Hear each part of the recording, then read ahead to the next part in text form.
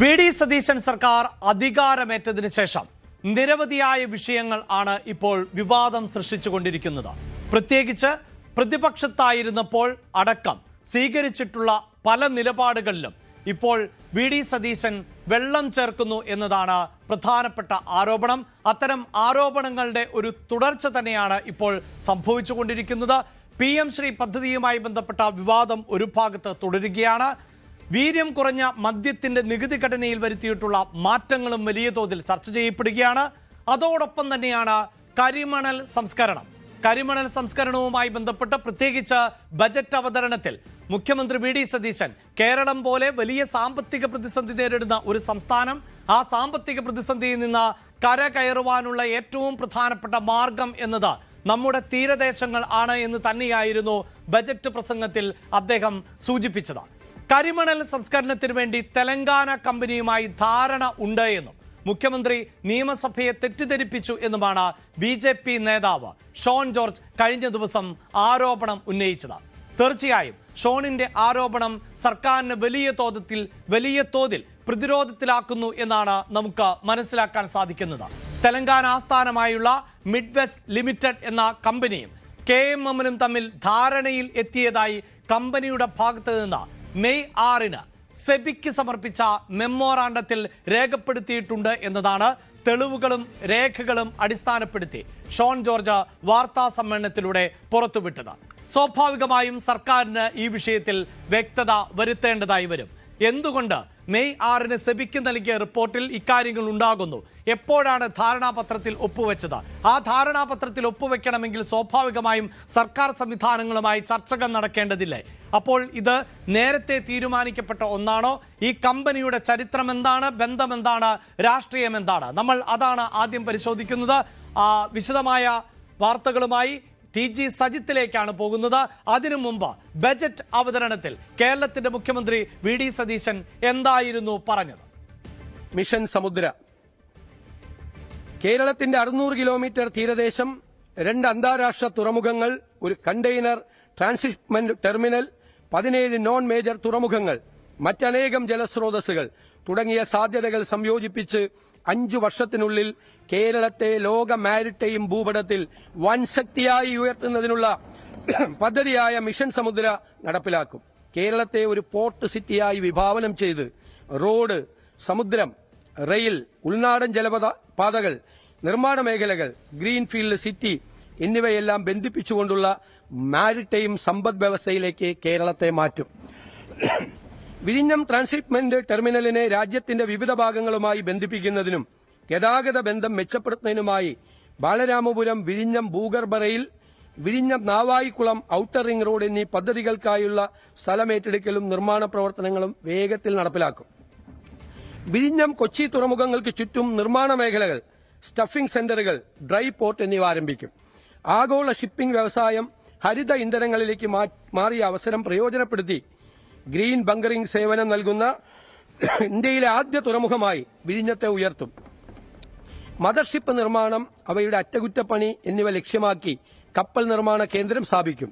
ഇതിനായി ആവശ്യമായ സ്ഥലം ഏറ്റെടുത്ത് അടിസ്ഥാന സൌകര്യ വികസനം ഉറപ്പാക്കും. ഇത്തരത്തിലുണ്ടാകുന്ന തൊഴിലവസരങ്ങളിൽ തീരപ്രദേശത്ത് ജീവിക്കുന്ന സാധാരണക്കാർക്ക് സംവരണം നൽകും. പോർട്ട് സിറ്റി ഉൾപ്പെടുന്ന മിഷൻ സമുദ്ര പദ്ധതിക്കായി 400 കോടി രൂപ വകയിരുത്തുന്നു. അതായത് ബജറ്റ് അവതരണത്തിൽ പ്രധാനമായും മുഖ്യമന്ത്രി ഊന്നി പറഞ്ഞിരുന്നത് തീരമേഖലയെ എങ്ങനെ കേരളത്തിന് പ്രയോജനപ്പെടുത്താം എന്നത് തന്നെയാണ്. അവിടെ മുഖ്യമന്ത്രിയുടെ വാക്കുകൾ വളരെ പ്രധാനപ്പെട്ടതാണ്. അതായത് തീരമേഖലയെ സംരക്ഷിച്ചുകൊണ്ട്, തീരപ്രദേശങ്ങളിൽ ജീവിക്കുന്ന ആളുകളെ സംരക്ഷിച്ചുകൊണ്ട് അവർക്കടക്കം ഈ വികസന പ്രവർത്തനങ്ങളിൽ പങ്കാളിത്തം നൽകിക്കൊണ്ടുള്ള ഒരു മുന്നോട്ട് പോക്ക്, അതാണ് മുഖ്യമന്ത്രിയായ വി.ഡി. സതീശൻ വിഭാവനം ചെയ്യുന്നത്. തീർച്ചയായും പ്രിയ പ്രേക്ഷകരെ, വലിയ സാധ്യത തന്നെയാണ് നമ്മുടെ സംസ്ഥാനത്തിന്റെ തീരപ്രദേശങ്ങൾ എന്നതിൽ ഒരു തർക്കവുമില്ല. കേരളത്തെ സംബന്ധിച്ചിടത്തോളം അതൊരു ലോട്ടറി തന്നെയാണ്, ഒരു നിധിശേഖരം എന്ന് തന്നെ നമ്മുടെ തീരമേഖലയെ പറയാവുന്നതാണ്. പക്ഷേ ഈ സൂചിപ്പിക്കുന്ന പോലെ ആവാസ വ്യവസ്ഥകൾക്ക് ബുദ്ധിമുട്ടുണ്ടാകാതെ, പ്രദേശവാസികൾക്ക് ദുരിതം ഉണ്ടാകാത്ത തരത്തിൽ മാത്രമേ ആ പ്രൊജക്റ്റുമായി മുന്നോട്ട് പോകാൻ സാധിക്കുള്ളൂ. അതോടൊപ്പം സ്വകാര്യവൽക്കരണം എന്നത് വലിയ വിവാദമായി മാറുന്ന സാഹചര്യമുണ്ട്. കാരണം ഇത്രമേൽ തന്ത്രപ്രധാനമാകുന്ന ബിസിനസ് സംരംഭങ്ങളിലേക്ക് സ്വകാര്യ വ്യക്തികൾ എത്തിയാൽ അത് ചൂഷണത്തിനും കൊള്ളയ്ക്കും ആ കൊള്ളയിലൂടെ സർക്കാർ സംവിധാനങ്ങൾക്കും ഭരണകൂടങ്ങൾക്കും വലിയ തരത്തിലുള്ള കമ്മീഷൻ എന്ന നിലയിലുള്ള കോടിക്കണക്കിന് രൂപയുടെ അഴിമതിക്ക് കൂടിയുള്ള ഒരവസരമാണ് സൃഷ്ടിക്കപ്പെടുന്നത്. അങ്ങനെ ഒരു അവസരം സൃഷ്ടിക്കപ്പെട്ടു. അവിടെയാണ് ഷോൺ ഇന്നലെ നടത്തിയ വാർത്താ സമ്മേളനം പ്രസക്തമാകുന്നത്, ആരോപണങ്ങളും പ്രസക്തമാകുന്നത്. തെലങ്കാന ആസ്ഥാനമായിട്ടുള്ള മിഡ് വെസ്റ്റ് എന്ന് പറയുന്ന കമ്പനി മെയ് മാസം 6-ാം തീയതി നാഷണൽ സ്റ്റോക്ക് എക്സ്ചേഞ്ചിൽ ഫയൽ ചെയ്തിട്ടുള്ള അവരുടെ listing obligation and disclosure of regulation എന്ന് പറയുന്ന, അതായത് ലിസ്റ്റ് ചെയ്തിട്ടുള്ള ഏത് കമ്പനിയും പബ്ലിക് ലിമിറ്റഡ് കമ്പനിയും അവർ നടത്തുന്ന എല്ലാ പ്രവർത്തനങ്ങളും അവർ NSE നാഷണൽ സ്റ്റോക്ക് എക്സ്ചേഞ്ചിനെ അറിയിക്കണമെന്നുണ്ട്. അവരറിയിക്കാൻ വേണ്ടി ഈ മിഡ് വെസ്റ്റ് കമ്പനി വളരെ കൃത്യമായി തന്നെ ഈ കമ്പനി ഈ NSE അറിയിച്ചേക്കുന്നത് കേരള മെറ്റൽസ് ആൻഡ് മിനറൽസുമായിട്ട് ഞങ്ങൾ കരാറിൽ ഏർപ്പെട്ടിട്ടുണ്ടോ എന്നുള്ളതാണ്. അപ്പോൾ മുഖ്യമന്ത്രി കേരള നിയമസഭയിൽ പറഞ്ഞത് പച്ചക്കള്ളമാണ്. VD സതീശന് ഈ കാര്യത്തിൽ ഉത്തരവാദിത്വമുണ്ടോ? ഇല്ല. പക്ഷേ അതിനുശേഷം അദ്ദേഹം പ്രഖ്യാപിച്ച 1 മാസത്തിന് ശേഷം അദ്ദേഹം അവതരിപ്പിച്ച ബഡ്ജറ്റിൽ കരിമണൽ മേഖലയിലെ ഖനനത്തിന് സ്വകാര്യ പങ്കാളിത്തം എന്ന് പറയുന്നത് യഥാർത്ഥത്തിൽ ഈ കമ്പനിയെ അംഗീകരിക്കുന്നതിന് തുല്യമാണ്. ആ ബഡ്ജറ്റിൽ ആ പ്രഖ്യാപനം ഉണ്ടായത് തന്നെ കേരളത്തിൻ്റെ തീരദേശത്തെ കൊള്ള ചെയ്യാനുള്ള വളരെ ബുദ്ധിപൂർവമായ ഒരു ആസൂത്രണത്തിന്റെ ഭാഗമാണ്. യെസ്, ഇതാണ് കേരളത്തിന്റെ തീരമേഖലയെ കൊള്ള ചെയ്യുവാനുള്ള ആസൂത്രണത്തിന്റെ ഭാഗമായാണ് മുഖ്യമന്ത്രി VD സതീശൻ തന്റെ ആദ്യ ബജറ്റിൽ, അദ്ദേഹം തന്നെയാണ് ധനമന്ത്രി എന്നതും നമുക്കറിയാം, ഇങ്ങനെ ഒരു ആരോപണം BJP നടത്തുന്നത്. സ്വാഭാവികമായും ഈ രേഖകൾ സഹിതം പുറത്തുവിടുന്ന വിശദാംശങ്ങളിൽ ആണ് മറുപടി നൽകേണ്ടതായി വരുന്നത്. മാത്രമല്ല, ഈ സ്വകാര്യ മേഖല ഈ കരിമണൽ ഖനനത്തിൽ അടക്കം കടന്നു വരുന്നത് നേരത്തെയും ചർച്ച ചെയ്യപ്പെട്ടിട്ടുള്ളതാണ്, വലിയ പ്രതിഷേധങ്ങൾ ഉയർന്നു വന്നിട്ടുള്ളതാണ്. ഇപ്പോഴിതാ ഈ വിവാദങ്ങളുടെ പശ്ചാത്തലത്തിൽ അത് കോൺഗ്രസിനകത്ത് നിന്ന് തന്നെ വിയോജിപ്പുകളും ചോദ്യങ്ങളും ഉയർന്നു വന്ന സാഹചര്യമുണ്ട്. വ്യക്തത വരുത്തണം എന്ന ആവശ്യം ഇപ്പോഴും EM സുധീരനെ പോലെയുള്ളവർ ഉന്നയിക്കുന്നുമുണ്ട്. എന്നാൽ ബജറ്റ് ചർച്ചയ്ക്ക് ശേഷം മുഖ്യമന്ത്രി നടത്തിയ മറുപടി അദ്ദേഹം സൂചിപ്പിക്കുന്നത് എവിടെയാണ് താൻ സ്വകാര്യവൽക്കരണത്തെക്കുറിച്ച് പറഞ്ഞത് എന്നാണ്. അവിടെയാണ് ആ സംശയം ബലപ്പെടുന്നത്. ഒരു സ്വകാര്യ കമ്പനിക്ക് ഇതിൽ പങ്കാളിത്തം നൽകുന്ന തരത്തിലുള്ള കരാറിൽ ഒപ്പിട്ട ശേഷം പിന്നീട് സഭയിൽ മുഖ്യമന്ത്രി ചോദിക്കുന്നു എവിടെയാണ് സ്വകാര്യവൽക്കരണമെന്ന്. ഒരു ആരോപണം എന്താ? ഇതാ കരിമണൽ സ്വകാര്യവൽക്കരിക്കാൻ പോകുന്നു. സർ, ഈ ബജറ്റിൽ എവിടെയാണ് സാർ കരിമണൽ സ്വകാര്യവൽക്കരിക്കുമെന്ന് പറഞ്ഞിട്ടുള്ളത്? സർ, സദേൺ എക്കണോമിക് കോറിഡോറിനെ പറ്റി പറഞ്ഞിരിക്കുന്ന സ്ഥലത്താണ് ഈ ദക്ഷിണ കേരള സാമ്പത്തിക ഇടനാഴി ശക്തമായൊരു സമ്മിശ്ര സമ്പദ് വ്യവസ്ഥ സൃഷ്ടിക്കുകയും സ്വകാര്യ നിക്ഷേപം ആകർഷിക്കുകയും ഭാവിയിൽ രാജ്യത്തിന്റെ തന്നെ തന്ത്രപ്രധാനവും സമുദ്രബന്ധിതവുമായ വികസന മേഖലകളിൽ മുൻനിര സ്ഥാനത്തെത്തിക്കുമെന്ന്. എവിടെയെങ്കിലും ഞങ്ങള് പ്രൈവറ്റൈസ് ചെയ്യുന്നു പറഞ്ഞിട്ടുണ്ടോ? ഇല്ലാത്തതാണ് കഥകൾ. കഥകളാണ് പ്രചരിപ്പിക്കുന്നത്. മനസ്സിലായില്ലേ? ഈ നാട് മുഴുവൻ പ്രചരിപ്പിക്കുക കരിമണൽ സ്വകാര്യവൽക്കരിക്കാൻ പോകുന്നു. യെസ്, ഈ വാർത്തയുടെ വിശദാംശങ്ങളുമായി TG സജിത്ത് ആണ് ചേരുന്നത്. സജിത്ത്, ബജറ്റിൽ കരിമണലുമായി ബന്ധപ്പെട്ട പ്രഖ്യാപനമുണ്ടാകുന്നു. തീരദേശങ്ങൾ ആണ് കേരളത്തിന്റെ ഭാവി വരുമാനം എന്ന് അദ്ദേഹം പറഞ്ഞു വെക്കുന്നു. ആ സാധ്യത വലുതാണ് താനും, അതിനോട് ആർക്കും വിയോജിപ്പില്ല എന്നത് വസ്തുതയാണ്. പക്ഷേ ഈ തീരദേശങ്ങളിലെ ഖനന പ്രവർത്തികളും ഒക്കെയായി ബന്ധപ്പെട്ട് കേന്ദ്ര സർക്കാരിൻ്റെ ചട്ടങ്ങളും നയങ്ങളും ആണ് ഏറ്റവും പ്രധാനപ്പെട്ടത്. അത് ബ്ലൂ എക്കോണമിയുടെ കീഴിൽ വരുന്നതാണ്. പ്രധാനമന്ത്രിയുടെ തന്നെ നേരിട്ടുള്ള ഉപദേശക സമിതിക്ക് കീഴിൽ ആണ് ഈ വകുപ്പും ഇതിൻ്റെ പ്രവർത്തനങ്ങളും ഒക്കെ വരുന്നത്. അതുകൊണ്ട് തന്നെ സ്വകാര്യവൽക്കരണം എന്നത് പൂർണ്ണമായും സാധിക്കില്ല എങ്കിൽ പോലും സ്വകാര്യ കമ്പനികൾക്ക് പ്രവേശിക്കാനുള്ള അവസരങ്ങൾ ഉണ്ട്. അങ്ങനെ ഒരു അവസരം തുറന്നിട്ടോ? അത് തുറന്നിട്ട ശേഷമാണോ ബജറ്റ് അവതരിപ്പിച്ചത്? ഇങ്ങനെയുള്ള നിരവധിയായ ചോദ്യങ്ങളല്ലേ ഇപ്പോൾ ഉയരുന്നത് സജിത്ത്? തീർച്ചയായിട്ടും അഭിലാഷ്, അതായത് കരിമണൽ മേഖലയിലേക്ക് സ്വകാര്യ കമ്പനിയുടെ കടന്നുവരവ്, അതുണ്ടാക്കുന്ന പാരിസ്ഥിതികവും അല്ലാത്തതുമായ നയപരമായ പ്രശ്നങ്ങൾ അതൊരു വശത്ത് നിൽക്കുന്നു. പക്ഷേ അതിനപ്പുറം മുഖ്യമന്ത്രി സംസ്ഥാന നിയമസഭയിൽ പറഞ്ഞതിൽ ചില തെറ്റിദ്ധാരണകൾ പടർത്തിയിട്ടുണ്ടോ എന്ന ചോദ്യം കൂടിയാണ് ഇതിൽ ഗൗരവമാവുന്നത്. മിഡ് വെസ്റ്റ് എന്ന കമ്പനി യഥാർത്ഥത്തിൽ ചർച്ചയിലേക്ക് ഉയർന്നു വരുന്നത് ഇന്നലെ ഷോൺ ജോർജിന്റെ വാക്കുകളിലൂടെയാണ്. അദ്ദേഹം തന്നെയാണ് അത് സംബന്ധിച്ച കാര്യങ്ങൾ പറഞ്ഞത്. ഒരു കാര്യം വ്യക്തമാണ്, ഷോൺ ജോർജ് തന്നെ ആകട്ടെ ഇത് VD സതീശൻ ബോധപൂർവമായി നടത്തിയ ഒരു കരാറും ഒരു സ്വകാര്യ കമ്പനിയെ കൊണ്ടുവന്നു എന്ന കാര്യം ഷോൺ ജോർജ് തന്നെ ആരോപിക്കുന്നില്ല. അങ്ങനെ ആരോപിക്കാൻ കഴിയുന്ന തെളിവുകൾ ഇല്ലതാനും. കാരണം മെയ് 6-നാണ് ഏറ്റവും ഒടുവിൽ 6-ാം തീയതിയാണ് അവർ ഈ തരത്തിലുള്ള ഒരു അവകാശവാദം ഉന്നയിക്കുന്നത്. അപ്പോഴേക്കും സംസ്ഥാനത്ത് നിയമസഭാ തെരഞ്ഞെടുപ്പിന്റെ വോട്ടെണ്ണൽ കഴിഞ്ഞ് ആരാണ് ഭരണമാറ്റമെന്ന് ഉറപ്പിച്ചു നൽകുന്ന ഒരു സമയമാണ്. അത് ശരി തന്നെയാണ്. അതിനപ്പുറത്തേക്ക് ഇതിന് മുൻപിൽ KMMലും ഈ സ്വകാര്യ കമ്പനിയുമായുള്ള നീക്കങ്ങൾ ആരംഭിച്ചിരിക്കാം. അതുകൊണ്ട് ആ തരത്തിൽ ആരോപണങ്ങൾ ഉന്നയിക്കുന്നതിന് വസ്തുതയില്ലതാനും. പക്ഷേ ഇതിൽ വ്യക്തമാവുന്ന ഒരു കാര്യം, ഒരു സ്വകാര്യ കമ്പനി, പ്രത്യേകിച്ച് മിഡ്വെസ്റ്റ് എന്ന് പറയുന്ന ഒരു സ്വകാര്യ കമ്പനി കരിമണൽ മേഖലയിൽ KMMലുമായി, ഒരു പൊതുമേഖലാ സ്ഥാപനവുമായി ഒരു കരാറുണ്ട് എന്ന് മുഖ്യമന്ത്രി ആയതിനു ശേഷം ബോധ്യപ്പെട്ടതിന് ശേഷമാണ് അദ്ദേഹം നിയമസഭയിൽ ഇത്തരമൊരു ബജറ്റ് അവതരണം നടത്തുന്നത്. സ്വാഭാവികമായും കരിമണൽ മേഖലയെ പരാമർശിച്ചു പോകുന്ന മേഖലയിൽ സ്വകാര്യ കമ്പനികളെ ആകർഷിക്കുമെന്ന പ്രസ്താവന കൂടി ഉള്ളത് ഇത് കൂടി ഉൾപ്പെട്ടുകൊണ്ടല്ലേ? അതായത് ഈ കരാറിന്റെ ഉത്തരവാദി ഒരുപക്ഷെ മുൻ സർക്കാർ ആണെങ്കിൽ കൂടിയും അത് അതേപടി തുടരുകയോ അതല്ലെങ്കിൽ അതൊന്നുകൂടി സാധ്യതവൽക്കരിക്കുകയോ അല്ലേ മുഖ്യമന്ത്രി VD സതീശൻ ചെയ്തത് എന്ന ചോദ്യമാണ് അദ്ദേഹത്തിന് മുകളിൽ ഉയരുന്നത്. രണ്ടാമത്തെ കാര്യം, ഈ കമ്പനിയുടെ സ്വഭാവവും ഈ കമ്പനിയുടെ ആസ്ഥാനവും അതിന് കോൺഗ്രസ് നേതൃത്വവുമായുള്ള ബന്ധമാണ്. ഒരു തെളിവുകളും പുറത്തില്ല, പക്ഷേ ആരോപണം സ്വാഭാവികമായി ഉയരുന്നുണ്ട്. ഒരു കാര്യം വ്യക്തമാണ്, ഇത് സംബന്ധിച്ച വ്യക്തതകൾ സർക്കാർ നിരത്തേണ്ടി വരുമെന്നതാണ്. ആരാണ് മിഡ്വെസ്റ്റ് കമ്പനിക്ക് പിന്നിൽ? KMMൽ എങ്ങനെ ഒരു കരാറുമായി പോകും?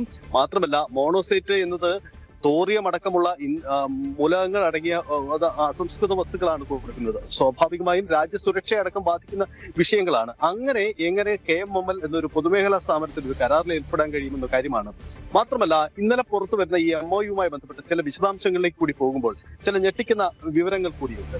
ഇതിപ്പോൾ ഒരു ആദ്യ ധാരണയാണ്. അതിനപ്പുറത്തേക്ക് വളരെ വിശദമായ ചില പദ്ധതികളുമായി മുന്നോട്ട് പോകാൻ മിഡ്വെസ്റ്റ് എന്ന കമ്പനിക്ക് താല്പര്യമുണ്ട്. വലിയ ഇൻവെസ്റ്റ്മെന്റ് അവർക്ക് നടത്തേണ്ടി വരും. ആ വലിയ ഇൻവെസ്റ്റ്മെന്റ് പരിഗണിച്ചുകൊണ്ട് അവർ മുന്നോട്ട് വെച്ച ചില വാദങ്ങൾ അംഗീകരിക്കുന്നു എന്ന് പിന്നീട് KMMലും വാർത്താക്കുറിപ്പ് പുറത്തിറക്കിയിട്ടുണ്ട്. അതിനർത്ഥം വളരെ വിശദമായ ഒരു പദ്ധതിയുമായി KMML ഈ കമ്പനിയുമായി, മിഡ്വെസ്റ്റ് കമ്പനിയുമായി ചേർന്ന് മുന്നോട്ട് പോകുന്നു. അങ്ങനെ ബൃഹത്തായ വലിയ കോടികൾ ഇൻവെസ്റ്റ്മെന്റുള്ള ഒരു പ്രോജക്റ്റ് മുന്നോട്ട് പോകാൻ ഒരു പൊതുമേഖലാ സ്ഥാപനം ധാരണയായിരിക്കെ അതറിഞ്ഞില്ല എന്ന രീതിയിൽ എങ്ങനെ ഒരു ബജറ്റ് പ്രഖ്യാപനം നടത്താനും അല്ലെങ്കിൽ പിന്നീട് അതിനെ വിശദീകരിച്ച് തനിക്കതിൽ പങ്കില്ല എന്ന് വിശദീകരണം നടത്താനും മുഖ്യമന്ത്രിക്ക് കഴിയുമെന്ന ചോദ്യം കൂടിയാണ് ഉയരുന്നത്. വ്യക്തമാവേണ്ട പല കാര്യങ്ങളുണ്ട്. ആരാണ് മിഡ്വെസ്റ്റ് കമ്പനിക്ക് പിന്നിൽ? എന്തുകൊണ്ട് ഈ പൊതുമേഖലാ സ്ഥാപനത്തിന്റെ ഉപകരാർ നീക്കങ്ങൾ സർക്കാർ അറിഞ്ഞില്ല? ഞങ്ങൾ KMMലുമായി മാത്രമാണ് സർക്കാരിന്റെ പൊതുധാരണ എന്ന വാദം മുന്നോട്ട് വെച്ചാൽ അത് നിലനിൽക്കുമോ? കാരണം ഉപകരാറായി മറ്റൊരു സ്വകാര്യ കമ്പനി ഇതിലേക്ക് കടന്നു വരുന്നു എന്നത് എന്തുകൊണ്ട് കാണാതെ പോകുന്നു എന്ന വലിയ പ്രധാനപ്പെട്ട ചോദ്യമാണ്. അപ്പോൾ ബജറ്റിലെ പ്രഖ്യാപനത്തിന് ഈക്വലായ നീക്കങ്ങൾ തന്നെയല്ലേ സംഭവിച്ചിരിക്കുന്നത് എന്ന കാര്യത്തിലാണ് വിശദീകരണം നടത്തിയിട്ടുള്ളത്.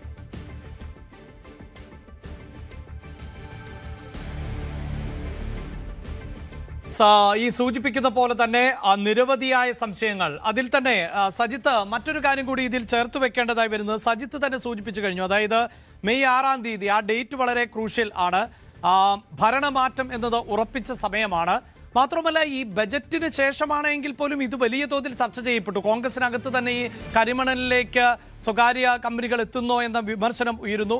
സ്വാഭാവികമായി അവിടെ നിന്നുണ്ടായിട്ടുള്ള എതിർസ്വരങ്ങൾ നമുക്കറിയാം. അപ്പോൾ ബജറ്റിന് മറുപടി നൽകുന്നതിന് മുമ്പെങ്കിലും ഈ വിഷയത്തിൽ ഒരു പരിശോധന മുഖ്യമന്ത്രിയുടെ ഭാഗത്ത് നിന്ന്, ധനമന്ത്രിയുടെ ഭാഗത്ത് നിന്ന് ഉണ്ടായി കാണുമല്ലോ. അപ്പോഴെങ്കിലും ഇതുമായി ബന്ധപ്പെട്ട് ഇപ്പോഴത്തെ ഒരു സ്റ്റാറ്റസ് ഇതാണ് എന്ന് അദ്ദേഹം പറഞ്ഞിട്ടില്ല. മറിച്ച് അദ്ദേഹത്തിന്റെ ചോദ്യം, ആരാണ് പറയുന്നത് സ്വകാര്യ കമ്പനികൾ ഇവിടേക്ക് കടന്നു വരുന്നു എന്നുള്ളത്? അത് തെറ്റായ പ്രചരണമെന്നാണ് മുഖ്യമന്ത്രി പറഞ്ഞു വെച്ചത്. അതാണ് യഥാർത്ഥ പ്രശ്നം. നമുക്കറിയാം, മുഖ്യമന്ത്രി ചുമതല ഏറ്റെടുക്കുമ്പോൾ ആദ്യം അദ്ദേഹത്തിന് കാര്യങ്ങളൊന്നും അറിഞ്ഞിരിക്കണമെന്നില്ല. അദ്ദേഹത്തിന് കാര്യങ്ങൾ പഠിച്ചു വരണം. സംസ്ഥാനത്തെ വിവിധ സ്ഥാപനങ്ങൾ നടത്തിയ ഉപകരാറുകളും കരാർ വ്യവസ്ഥകളും പുതിയ നീക്കങ്ങളും ഒക്കെ പഠിച്ചു വരണം. പക്ഷേ ഒരു ബജറ്റ് അവതരിപ്പിച്ച് തയ്യാറാക്കി പേപ്പർ പ്രസന്റ് ചെയ്യുമ്പോൾ സ്വാഭാവികമായും നിലവിലുള്ള ഓരോ മേഖലയുമായി ബന്ധപ്പെട്ട അനുബന്ധ കരാറുകളും അതിന്റെ സാധ്യതകളും വലിയ രീതിയിൽ വിലയിരുത്തപ്പെട്ടതിന് ശേഷം മാത്രമായിരിക്കും ഉണ്ടാവുക. ഇക്കാര്യത്തിൽ പക്ഷേ ആ പരിശോധന നടന്നിട്ടുണ്ടോ ഇല്ലയോ എന്ന കാര്യത്തിൽ മുഖ്യമന്ത്രി തന്നെയാണ് വിശദീകരിക്കേണ്ടി വരിക. അതല്ലെങ്കിൽ അദ്ദേഹം ബജറ്റിൽ ഇക്കാര്യം ബോധപൂർവമായി മറച്ചുവെച്ചു. അതായത് സ്വകാര്യ നിക്ഷേപത്തെ ആകർഷിക്കുമെന്ന അദ്ദേഹത്തിന്റെ പ്രഖ്യാപനം ഈ കരാറുകൂടി മുന്നിൽ കണ്ടുകൊണ്ടായിരുന്നില്ല എന്ന കാര്യം അദ്ദേഹം തന്നെ വിശദീകരിക്കേണ്ടി വരും. അതല്ലെങ്കിൽ അങ്ങനെ നമുക്ക് സംശയിക്കേണ്ടി വരും. ഇവിടെ ഒരു കാര്യം കൂടി ഉള്ളത്, വ്യവസായ മന്ത്രി PK കുഞ്ഞാലിക്കുട്ടിയുടെ മൗനമാണ്. എന്തുകൊണ്ടാണ് അദ്ദേഹവുമായി ബന്ധപ്പെട്ട വകുപ്പിൽ കൂടി ഈ വിവാദം ഉയർന്നതിന് ശേഷം PK കുഞ്ഞാലിക്കുട്ടി ഒരു പൊതു നിലപാടെടുത്ത് കാര്യങ്ങൾ വിശദീകരിക്കാത്തത് എന്ന ചോദ്യമാണ്. ഞാൻ മനസ്സിലാക്കുന്നത് ഇന്ന് മലപ്പുറത്ത് പി കെ കുഞ്ഞാലിക്കുട്ടിയെ മാധ്യമങ്ങൾ കാണുന്നുണ്ട്. അങ്ങനെയെങ്കിൽ ഈ ചോദ്യങ്ങൾ കൂടി അദ്ദേഹം വിശദീകരണം നടത്തേണ്ടി വരും. കാരണം അദ്ദേഹത്തിന്റെ വകുപ്പുമായി ബന്ധപ്പെട്ട ഒരു സ്ഥാപനത്തിന്റെ ഉപകരാറാണ്. അതിൽ കൂടുതൽ വിശദീകരിക്കണം നടത്തേണ്ടി വരും. നമുക്ക് ഈ കരിമണൽ മേഖലയുമായി ബന്ധപ്പെട്ട് അതിന്റെ സ്വകാര്യവൽക്കരണം ആര് തുടങ്ങി വിജു തുടങ്ങിയ ചർച്ചകളൊക്കെ ഉണ്ട്. 2001, 2006 കാലഘട്ടത്തിലെ UDF സർക്കാരിന്റെ കാലത്താണ് ഇത് തുടക്കമിട്ടത്. അതൊക്കെ നമുക്കറിയാം. പിന്നീട് നടന്ന സമരങ്ങളും പരിപാടികളും ഒക്കെ അറിയാം. പിന്നീട് വന്ന ഇടതുമുന്നണി സർക്കാർ പൊതുമേഖലയിൽ ഈ ഖനനം നടത്തി എന്നതാണ് അവരുടെ വാദം. പക്ഷേ പൊതുമേഖലയിൽ എന്ന് പറയുമ്പോഴും അത് പൊതുമേഖലാ സ്ഥാപനത്തിന്റെ ഭാഗമായി നിൽക്കുന്ന ഒരു സ്വകാര്യ കമ്പനിയിലേക്ക് പോയി. അതാണല്ലോ KMRL വിവാദവും മറ്റും നമ്മൾ കണ്ടത്. അപ്പോൾ KMRLന് ബദലായി മറ്റൊരു സ്വകാര്യ കമ്പനിയായി മിഡ്വെസ്റ്റ് കടന്നു വരുന്നു എന്ന ചോദ്യമാണ് ഉയരുന്നത്. അപ്പോൾ ഒരു സ്വകാര്യ സ്ഥാപനം മാറുന്നാൽ മറ്റൊരു സ്വകാര്യ സ്ഥാപനം എന്നതാണ്. ഇതിൽ വിശദീകരണം തീർച്ചയായും പുതിയ സർക്കാർ നടത്തേണ്ടി വരും. യെസ്, അതാണ്. അതായത് ഒരു സ്ഥാപനം നമുക്കറിയാം, ഇപ്പോൾ തന്നെ കഴിഞ്ഞ സർക്കാരിന്റെ കാലഘട്ടത്തിലടക്കം ഏറെ ചർച്ച ചെയ്യപ്പെടുന്ന ഒരു കമ്പനിയാണ് CMRL എന്നത്. അവിടെയും ഈ തരത്തിൽ, അതായത് കരിമണൽ എന്ന വലിയ സാധ്യത, അതിൻ്റെ സാധ്യതയും കണക്കുകളുമൊക്കെ പിന്നീട് ഈ വാർത്തയ്ക്ക് ശേഷം ഞാൻ എക്സ്പ്ലെയിൻ ചെയ്യാം.